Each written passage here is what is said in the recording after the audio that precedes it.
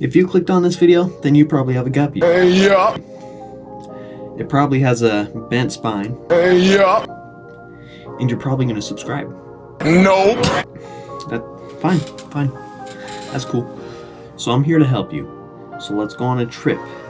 It was back on the day of 1989. It was just like any other day in the fish room. But I had no idea what was about to go down that day. Okay. Yeah.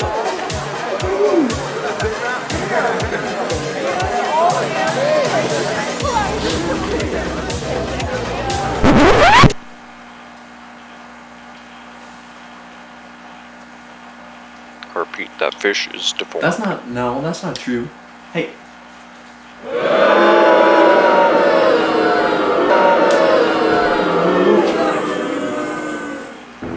He's going that way. Get him. So yeah, that's how it all went down. I'll never forget it. But I'm here to help you. I'm here to make sure that you never have to deal with another crooked back or a weird looking fish ever again. And first, let's bring in some examples.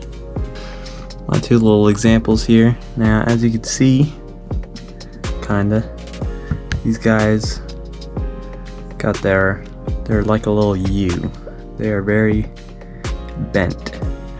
And so looking up from the top down, you could see that the spine it's straight and then it just gets all crooked.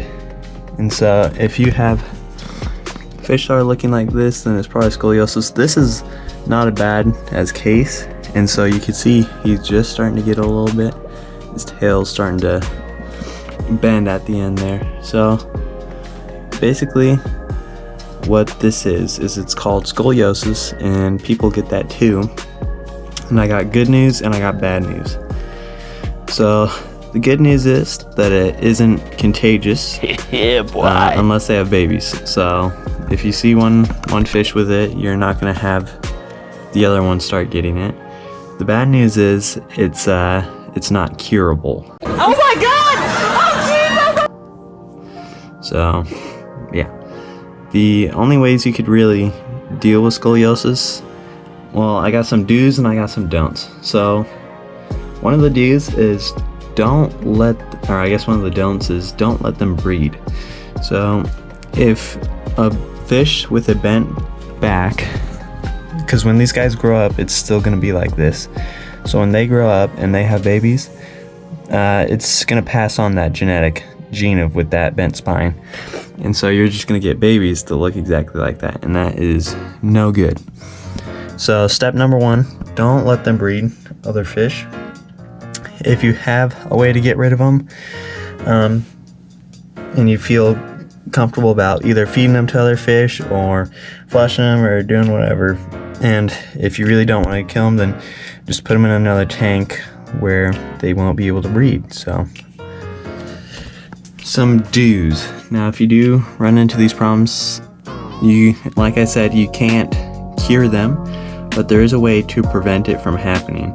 And so the first way you can prevent it is start feeding your fish with a good diet. And so as long as they're basically make your fish as happy and stress-free as possible, and you're not going to run into problems with scoliosis as much. Now the biggest thing you could do is to not inbreed. So let's say you got some fancy guppies and you only got like a male and a female. And so when you start breeding them and they have babies, the babies are going to try and breed the parents. And if they do, eventually you'll run into inbreeding problems. Now because guppies are so small and they breed so fast, you run into these pretty quickly. So avoid inbreeding. So when you get your guppies, try to at least get 2 females and 1 male. And maybe later on you add in another female, maybe later on you add another male. Just don't let the gene pool get too messy, because when you start having that, you're going to start getting these bent fish from inbreeding. So don't inbreed.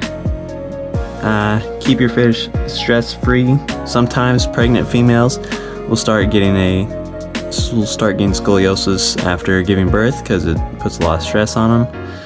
And sometimes it could permanently mess them up. I have big female who has a little hump in their back because of that.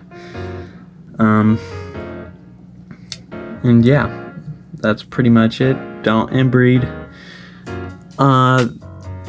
Let's see, so the fish themselves, it's not gonna hurt them in any way per se. So if you do want to keep them, then they're gonna survive.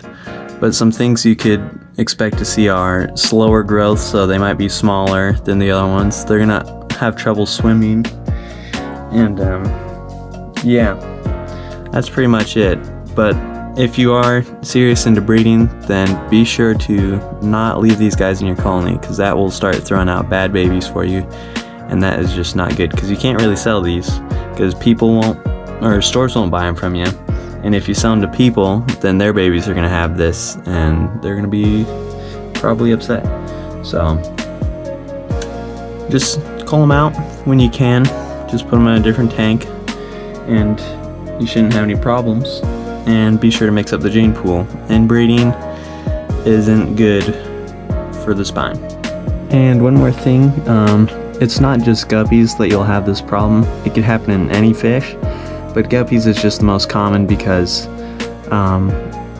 you know, they breed faster. So you can get them in platies and mollies. All live bears they're pretty susceptible. In platies, all live bears will have problems with this because of how fast they breed. So just be sure to look out for that. Alright, congratulations for making it to the end of the video. It's time for comment of the week, so Gibby, take it away. Ooh, got a good one here.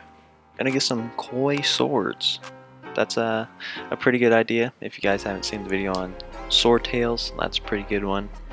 And that's pretty awesome, so hopefully they come in good and look nice. Speaking of looking nice, we got a new light. So I unboxed that on Saturday, and like I said in my Fishy Fan plan for 2021, we're boosting quality, and now that we have 680 something subscribers, I think it's about time I hit you up with some better quality. So I don't know if you can notice that, but at the beginning of the video I did have that fancy light going on. So thank you guys for watching and supporting, and I'll see you next time. So.